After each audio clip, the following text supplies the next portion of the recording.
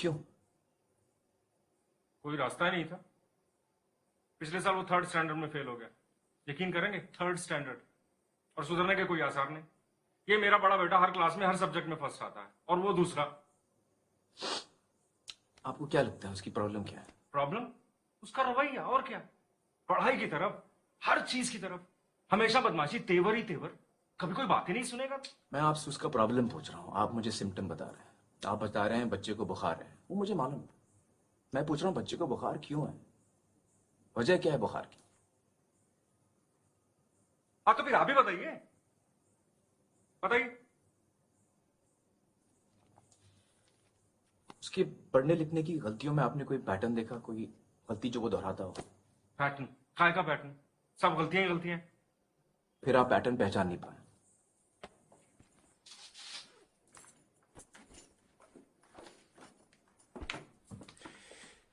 ये देखिए, ये बी की जगह डी तो डी की जगह बी। एक जैसे दिखने वाले अक्षरों के बीच में कंफ्यूजन। और ये एस और आर उल्टा लिखा है, बल्कि कई सारे अक्षर उल्टे लिखे हैं। ये देखिए, छोटा एच, छोटा टी, देखा? Mirror imaging. Animal, animal, animal, एक ही पेज पे 3 अलग अलग स्पेलिंग। इसका मतलब कोई एक गलत स्पेलिंग उसे याद है, ऐसा नहीं।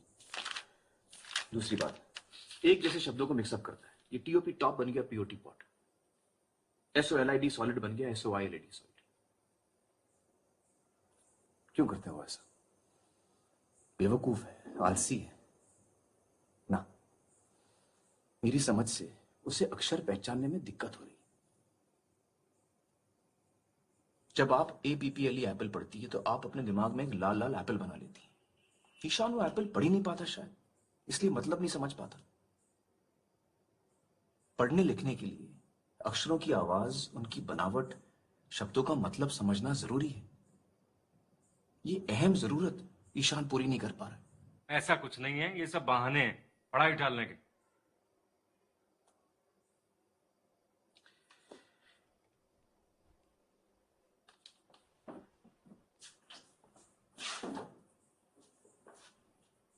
जरा ये पढ़िए मिस्टर अवस्थी। ये कैसे पढ़ सकता हूँ मैं? ये तो चाइनीज में है। अरे कोशिश तो कीजिए, चलिए ध्यान दीजिए। क्या बेकार की बात कर रहे हैं, मैं कैसे पढ़ सकता हूँ देखिए, इसको? आप बदतमीजी कर रहे हैं, आपका रवैया ठीक नहीं है। ये आप शैतानी कर रहे हैं।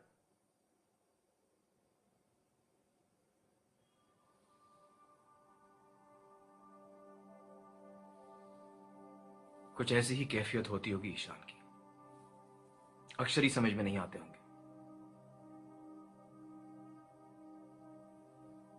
इस पढ़ने लिखने की तकलीफ को डिसलेक्सिया कहते हैं।